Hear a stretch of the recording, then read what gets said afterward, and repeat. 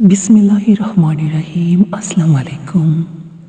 फरमान मुस्तफ़ा है, जब इंसान की रूह निकलने का वक्त होता है तो अल्लाह ताला इस बंदे की तरफ 5 फरिश्ते भेजते हैं। पहला फरिश्ता इसके पास इस वक्त आता है जब इसकी रूह उल्कुम तक पहुंचती है, यानी अलग तक आ जाती है। वो फरिश्ता इस शख्स को पुकार कर कहता है, ए इब्ने आदम, तेरा ताकतवर बदन कहाँ गया? आज ये कितना कमज़ोर है। तेरी फसी ज़बान कहाँ गई? आज ये कितनी खामोश है। तेरे घर वाले और अज़ीज़ व अक़रबा कहाँ गए? तुझे किसने तन्हा कर दिया? फिर जब इसकी रूह कब्ज़ कर ली जाती है और कफ़न पहना दिया जाता है तो दूसरा फरिश्ता इसके पास आता है और इसे पुकार कर कहता है, ए इब्ने आदम, तूने तंगदस्ती के खौफ से जो मालो असबाब जमा किया था वो कहाँ गया?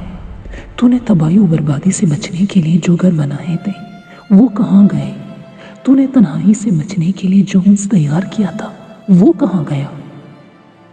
फिर जब इसका जनाजा उठाया जाता है तो तीसरा फरिश्ता इसके पास आता है और इसे पुकार कर कहता है, ए इब्ने आदम, आज तू एक ऐसे लंबे सफ़र की तरफ रवा दवा है जिससे लंबा सफ़र तूने आज से पहले कभी तय नहीं किया। आज तू ऐसी कौम से मिलेगा कि आज से पहले कभी इस कौम से मिला नहीं। आज तुझे ऐसे तंग मकान में दाखिल किया जाएगा कि आज से पहले कभी ऐसी तंग जगह में दाखिल ना हुआ था। अगर तू अल्लाह ताला की रज़ा पाने में कामयाब हो गया तो ये तेरी खुशबख्ती है, और अगर अल्लाह ताला तुझसे नाराज़ हुआ तो ये तेरी बदबख्ती है।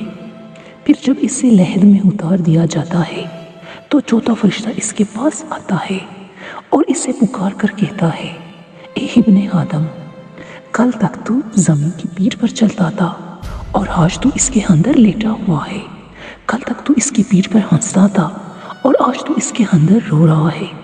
कल तक तू इसकी पीठ पर गुनाह करता था और आज तू इसके अंदर नादिम और शर्मिंदा है। फिर जब इसकी कब्र पर मिट्टी डाल दी जाती है और इसके अहल व अयाल, दोस्त अहबाब इसे छोड़कर चले जाते हैं तो पांचवा फरिश्ता इसके पास आता है और इसे पुकार कर कहता है, ए इब्ने आदम, वो लोग तुझे दफन करके चले गए। अगर वो तेरे पास ठहर भी जाते तो तुझे कोई फ़ायदा ना पहुंचा सकते। तूने माल जमा किया और इसे गैरों के लिए छोड़ दिया। आज या तो तुझे जन्नत के आला बागात की तरफ भेजा जाएगा या भड़कने वाली आग में दाखिल किया जाएगा।